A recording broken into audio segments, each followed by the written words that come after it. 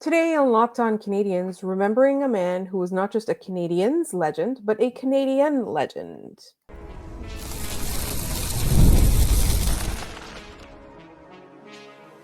You are Locked On Canadiens, your daily podcast on the Montreal Canadiens. Part of the Locked On Podcast Network, your team every day. Hi there, everyone, and welcome to another episode of Locked On Canadiens. We want to thank you all for making us your first listen of the day. As you know, we're free and available wherever you get your podcasts, as well as on YouTube, as part of the Locked On Podcast Network, your team every day. My name is Laura Sab, also known as the Active Stick, and I'm joined, as always, by my wonderful co-host, Ian Boisvert, also known as Maybe It's Ian. And today we have a very sad. Well, we don't need to report on the news because everyone around the world has already heard it. But we wanted to reflect a little bit on the legacy of Ken Dryden. Ian, are you ready to talk about a man who was a giant, a titan? Yeah. So I mean, it is sad. We're talking about the passing of a legend, but I'm kind of excited to do this because he's such an interesting character. He had so much going on. Like, this is such a life well lived. Like, well, I have some, the spark notes on his life and career that we'll run through in our first and second segment here. But I'll be honest, I was very nervous to do this episode because I felt like, we need to do this right, right? Yeah, This is a guy that, like, deserves this to be done the correct way. This is an honor to be able to do this sort of thing, as sad as it is. So let's get into it. yeah. My favorite, I think, thing is also the origin of how he was supposed to be a Boston Bruin. Yeah, I And have then he everything wasn't. on that. I'm very excited to talk about that. Let's get Um, into it. So, Ken Dryden, I find the beginning of his Wikipedia page to be incredibly funny. Was a professional hockey goaltender, politician, lawyer, businessman, and author. There's so much happening in one sentence. Um, Born August 8th, 1947 in Hamilton, Ontario, he played his youth hockey in Toronto. He was drafted 14th overall in the 1964 NHL entry draft by the Boston Bruins. He's the only Hall of Fame player to come out of that draft class, by the way. There was nobody else to hit the Hall of Fame from the 1964 class. He was traded to Montreal days later. The reason for that is that Dryden wanted to get his degree from Cornell. He let teams know he wasn't going to play in the National Hockey League right away. He wanted to get his degree. That was important to him. Boston drafted Dryden, but they really wanted Guy Allen, who was taken 2 spots earlier by Montreal. So they orchestrated a trade. It would involve 4 players that were all selected in that entry draft. So it was just sort of like a reconfiguring of who picked who. Dryden was originally told he was drafted by Montreal. The news took a week to get to him that he was drafted at all. And he only found out 10 years later that he was a Bruins pick. Just an It's offhanded kind of conversation with someone in the Canadiens front office. They're like, oh, by the way, you were drafted by Boston, not Montreal. That's kind of incredible. Yeah, it's a different time, right? Like that was when the draft, I think at that point, at that point it was close to being done in like complete secrecy because of the World Hockey Association coming in, and I believe in the late 60s, Hmm. early 70s, that sort of time period. So like these drafts were taking forever, even though each round had 6 picks. And the players didn't go, they only found out whenever they could. So Yeah, yeah, it it was was all very like done funny. in like a conference room in a hotel or Yeah, something. in Montreal. It Yeah. was done in a hotel in Montreal. So Dryden ends up finishing his college degree. He gets a bachelor's of arts in history at Cornell. He played 3 years of college hockey, um, leading Cornell to 3 consecutive ECAC tournament championships. His college statistics are incredible, almost unbelievable. In his 3 seasons with Cornell, he never lost more than 2 games in a season. His total record was 76, 2, and 1. 13 shutouts, a 159 goals against, and a 939 save percentage. What? That's Like, that's incredible. I found myself looking at a bunch of different sources on that because I felt like it couldn't be true. That is astounding. There's no chance that like that he wasn't the best goalie at that time either. Like they had to have known then this Yes, dude was going to be great. yes, absolutely. He makes the NHL in March of 1971, a 5-1 win against the Pittsburgh Penguins. 35 saves on 36 shots. Again, just a hilarious stat line for your first. Like, that's a lot of work to be given. I mean, we look at Jakub Dobeš getting a shutout in his first NHL game against the defending Stanley Cup champions. That's not even something that Ken Dryden was able to do, but you look at Ken Dryden's stat line, you go, man, he was still dominant in his first game as well. Yes, and you have to think about it. It was a time when the goaltending style was very different, and the equipment was very different, and there was a lot more possibility to score. The probability of scoring was much higher than it is now. Right. Exactly. Like, it's kind of bonkers to think about. And plus, like, when he was playing college hockey, you can't imagine that the talent in front of him is all that perfect either. It's probably good. Like, Cornell probably had a great team back then. Yeah. He's one of only 2 players to have their numbers retired by Cornell University. So he's very much head and shoulders above everybody else that he was playing with. He makes 6 regular season games in that 1971 season before heading into the playoffs. He's named their number 1 goalie heading into the playoffs as a rookie who has 6 games under his belt. He then just goes on to win the Conn Smythe and the Stanley Cup in 1971. The only player to win the Conn Smythe before winning Rookie of the Year. Think about that. Like, that would have been the situation that, like, Ivan Demidov was in this year, Right. where he wins the Stanley Cup and the Conn Smythe, and then the next year is only eligible to be the Rookie of the Year and goes on and wins it. Yeah. It's just it's mind-boggling, no? Cole Caulfield had that too, right? Like He did have before that his chance, rookie yeah. year. Yeah. So it is incredible. Like, and I think, the fact that he's the only one is, we talked about it with the trivia before Lane Hudson, like who was the previous one who won, and I didn't know it went all the way back to Ken Dryden. Yeah, and the video that Ken Dryden made for Lane Hudson back in June resurfaced, over the Yeah. last few days, and it's Oh, that made me sad because he said he couldn't wait he to couldn't see wait to what see what Lane was Hudson next. did next.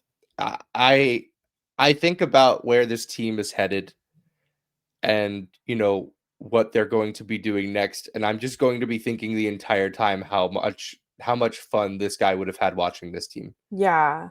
I Like, mean, it's you hear what he talks about when he talks about Nick Suzuki.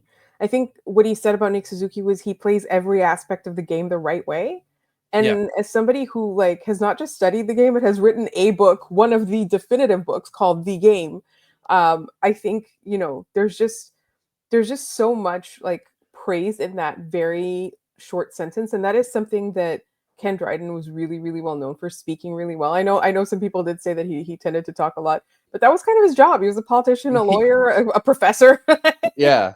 Yeah, I mean, and I think Ken Dryden was one of those guys who, there was a lot of people who, former Canadiens greats who would use their platform to sort of talk down to the players on the team or the current state of the team. You didn't really get that from Dryden, if ever. I found that when he talks about Carey Price, he talks with such reverence for this player who had such a different, entrance into the league than he did. He talks about how Carey Price, came into the league and was a star pretty early on, and then he fell off and he had to work his way back. And he Yeah. said, essentially, if you can do that in Montreal, where you can be at the top of the world and then fall off and have to claw your way back, and you can do that under the pressure of the media and the fan base, you're a pretty tough guy. Like, that's a very difficult thing to do. Something Ken Dryden would even admit he never had to do. He showed up and won the Stanley Cup, and that level just kind of stayed there, and he Yeah. retired before it ever really fell off. Yeah. So it's he spoke. I understand some people don't really love to hear a lot of people talk. Ken Dryden is never going to be one of those for me. Like, Yeah. when he spoke, you listened, because Mhm. it always he was a very thoughtful man.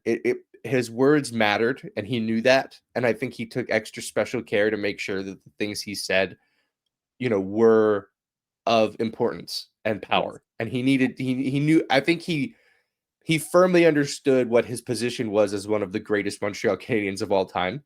And I think that makes, just him understanding that, makes him that much greater. Yes. Um, so, Absolutely. just quickly wrapping up, his post-playing career. He wins the cup 5 more times after his rookie season, five Vezina trophies. Back then, when it was awarded to the goalie who played on the team who gave up the fewest amount of goals, it wasn't voted on, but I mean, that's still, you're the Yes. best goalie in the league at that point. Like, there's no, statistically, you just are. Post-playing career, he is elected to the House of Commons in the riding of York Centre in 2004, served through 2011. He was the president of the Leafs in 1997, served through 2004, where then he went on to run for politics.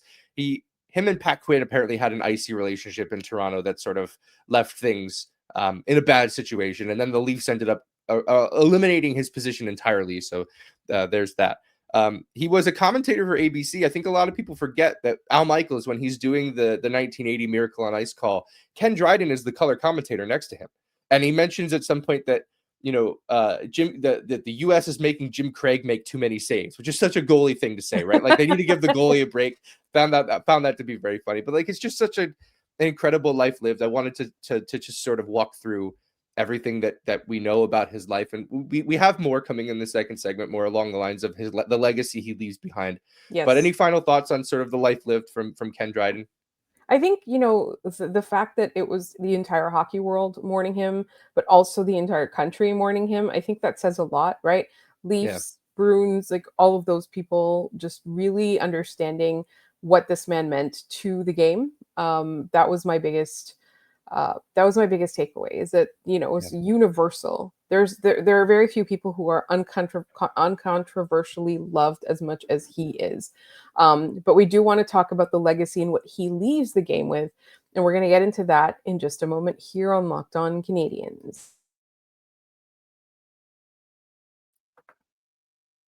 This episode is brought to you by FanDuel. The NFL season is here, and FanDuel is making sure you're ready for kickoff with a can't-miss offer.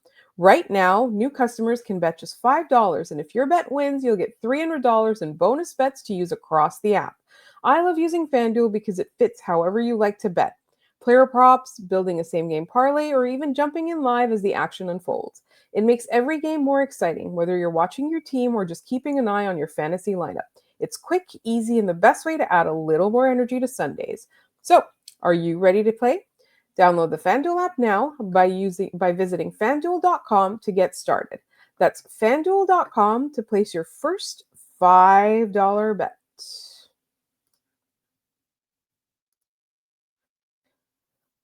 All right, we talked a little bit about the life that Ken Dryden led, and makes the rest of us kind of question what we were doing with our lives a little bit, because he did a massive service to the game and to society as a whole by working really hard. And I know, Ian, you have some thoughts about this, to make the game safer. Like ultimately, he worked very hard to make the game safer. Yeah, let's get there. I want to start. First of all, I didn't mention the nickname that I learned about in the middle of all this, which is that thieving giraffe. That was given to him by Phil Esposito. He was 6'4", so quite big for a goaltender, especially back then. Now, so there's big goaltenders, but he still would have been massive. Yeah. We talk My about friends and I went to a talk with him, and I have a picture with him. And for those of you who don't oh my know, God, I'm I can 5 only foot nothing. imagine. I'll send it to you, Ian. He looks twice as tall as I am. That's incredible. I love that so much. And we talk about legacy. I think one of the things that is especially, I think, potent when it comes to Ken Dryden is his staying power as an icon, right? Like just a visual icon. I mean, his mask sits over my shoulder on every show, and there's a reason for that. It is, in my opinion, the most recognizable hockey mask. Like when you see that, you go, "That's Ken Dryden's mask."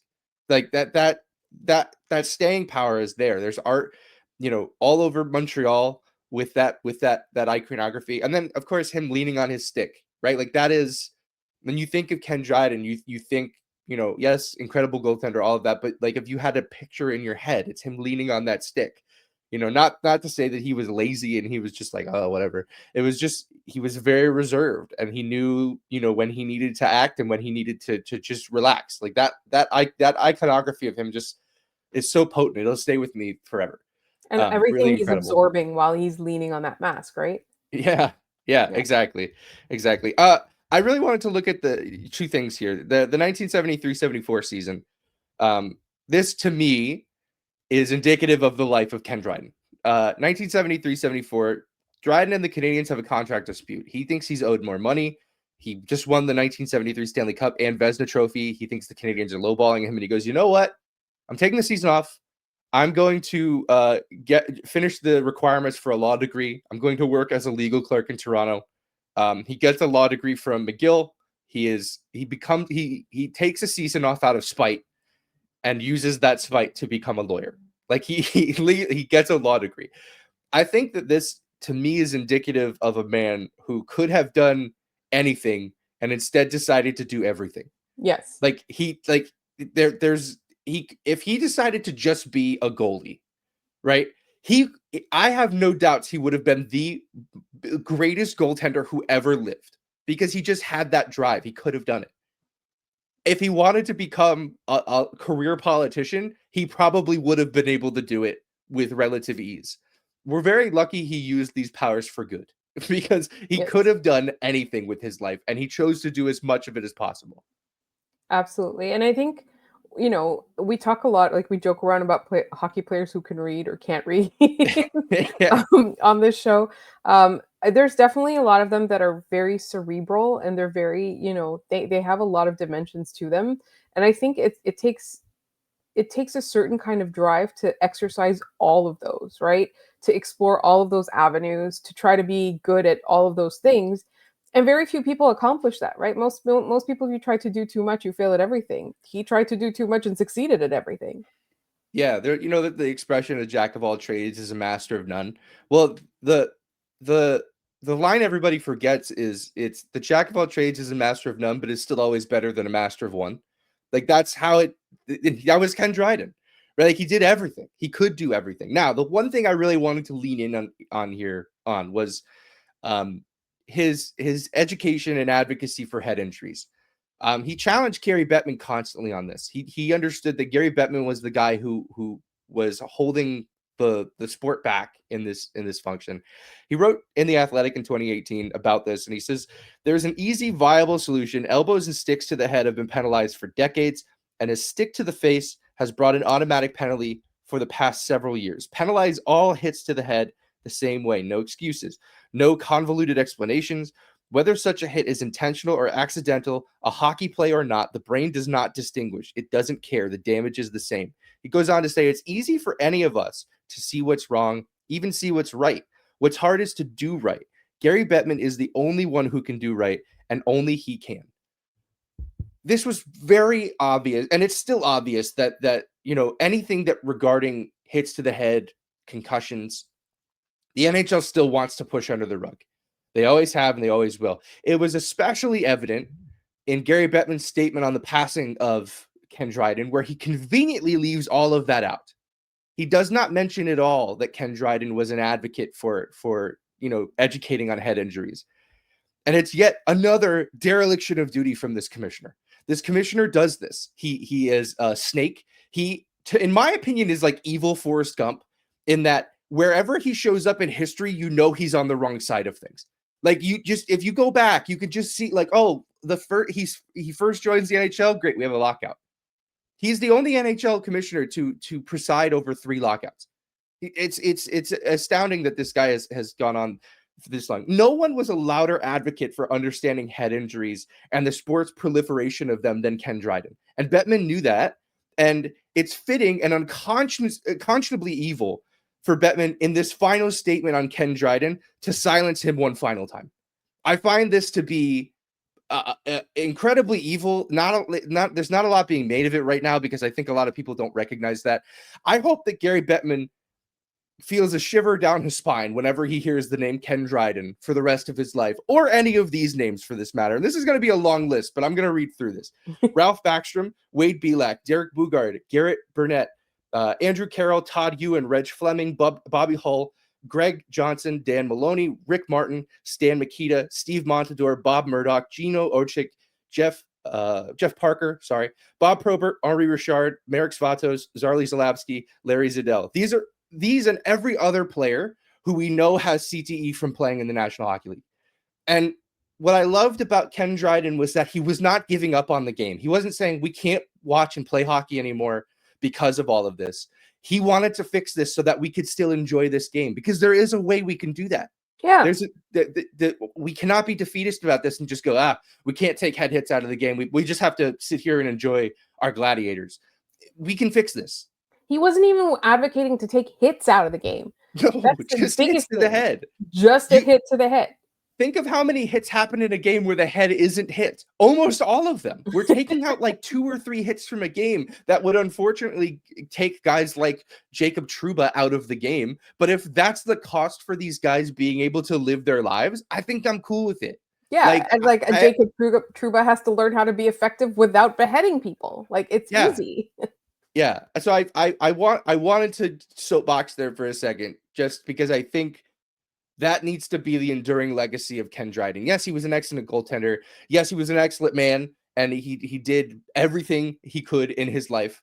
But I think that if we go silent on CTE and the impact that hockey has on it, we've lost the plot when it comes to remembering this man. So that's where I'm going to be going from for the rest of time. Is we need to fix this. Yeah, and it shows, I think to me the biggest thing is it shows a love of the game, but also just a love of humanity, just that compassion, and you can do that. You can be great, you can be successful, you can be at the pinnacle, and you can still have that compassion and that empathy for your fellow people. And I think to me that's the biggest thing we can take away from that. All right, we are going to change tune a little bit, maybe lift us back up from our sadness, and talk about our favorite Carey Price moments in a Habs jersey. Coming up next.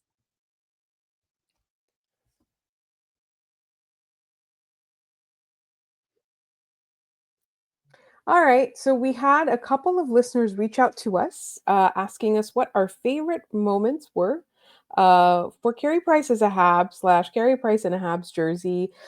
So I have a couple of them. Some are on ice, some are off ice. What are Ian? Do you want to start us off? I mean, my favorite Carey Price moment is not an on ice moment. It is a Twitter reply when he's taking crap from some fan and he responds, "I'm still your mom's favorite player." And I think that is, in my estimation, a very great interpretation of the kind of fire Carey Price could have. He was angry in that moment. He wanted to stick it to this person, and he did it in such a calm, collected way.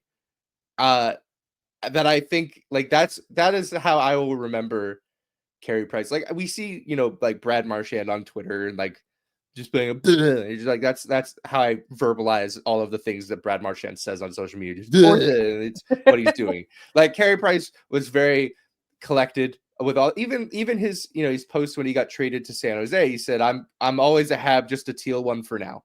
Like I find that he has a very cool way of handling things, and this was one of those. I thought it was really interesting that none of the players said anything about it, because usually when a guy gets traded, there's always a like, "We'll miss you, thanks for everything" kind of thing, and none of the players said anything because like to them it's not a thing, right? No, he's been gone for 3 years. Like it's not a thing. It's not a thing. But yes, that is one of my favorite Carey Price moments. And then there was another one, like it was also a Twitter moment that I really enjoyed, was like he posted something and it was I believe it was to raise awareness for a charity or something like that. And he just posted it, and then like a second later he put like the word "please" in a separate tweet. Was he kidnapped? Like this is a cry for help? That's what it seems like. That was really funny. My favorite Carey Price on ice / off ice moment was it like obviously the still your mom's favorite players is one of them. The other one is Anderson Whitehead, obviously. Very young child. I think he was 11 at the time, 8 or 11. I can't even remember at this point. Who had lost his mom, and Carey Price met him before a game, but then also surprised him at the NHL awards a few months later, and it was just a very, very emotional moment. And I just, I think when somebody's your idol and displays that kind of caring about something that happened to you, I feel like it's huge. But I think my favorite like non-save moment was in 20 is it 2011 now? It's 2012. When did they do that run? It's 2012, right? Which run? No, not the run, sorry. The 2021 Stanley Cup final run. Yeah. So after they made the final, in that game. In that, there were so many moments, right? Like the pizza and the Saint Jean Baptiste and the Arturi Lehkonen goal. But after that, there was this moment where he was skating towards center ice and he puts his hand on his head like he can't believe what's happening. And I think Yeah. that moment to me was huge. Like it was huge. I think it was the first time I think that he realized that there was a possibility, and obviously it ended so sadly and cruelly later. And another thing that stands out to me is when he kind of took the blame, like it was in the post game press conference after they lost. Insanity. And, Shea Weber was like, having none of that. But he took it upon himself. And I think, it was just kind of a microcosm of his career. The entire time he felt responsible for keeping the Canadiens in games. He felt responsible for them winning games, even though a lot of those rosters, they had no business winning games. Yeah, he felt more responsible for the Canadiens winning games than anyone in charge of those teams.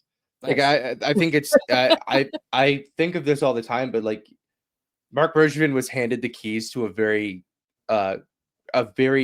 well placed organization, considering they were the third worst team in the league that year. Yes. But like he gets a team with the third overall pick, Max Pacioretty, PK Subban, Carey Price, like a decent core to build around, and he just screwed around for a decade and didn't do any of the things he needed to do. Like, did he ever acquire a player like Noah Dobson? No. Did he ever acquire a player It's who was hard. like, Making of trades is course it's hard. hard. And if it's hard, get a different job, man. Like you're not cut out for this. And it's clear to me anyway, I think it's clear why he hasn't gotten another job like this since then. Yes, he's Yeah. a higher up in LA. Sweet. He gets to collect a paycheck and tell the Kings, go get some of the guys I like. Like that's not a job. That's not a general manager job. It's not the same thing.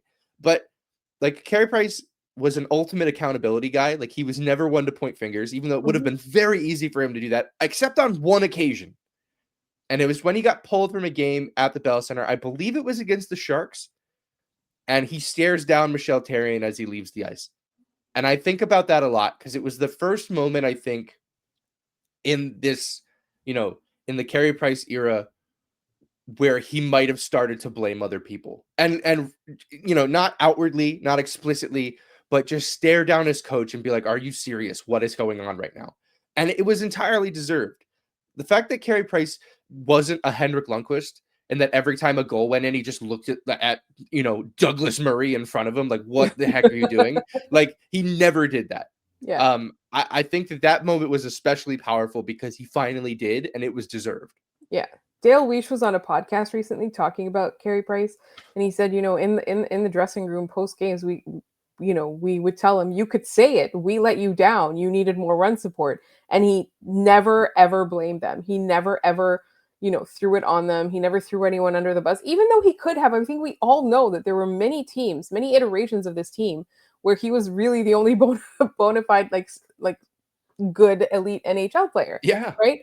And he never did that. And I think that's so important. And it goes back to that thing about after losing in the Stanley Cup final, taking the blame onto himself. There were a lot of things that went wrong. I think chiefly among them, it was a team that was not even supposed to be in the playoffs, meeting a juggernaut, top team in the league.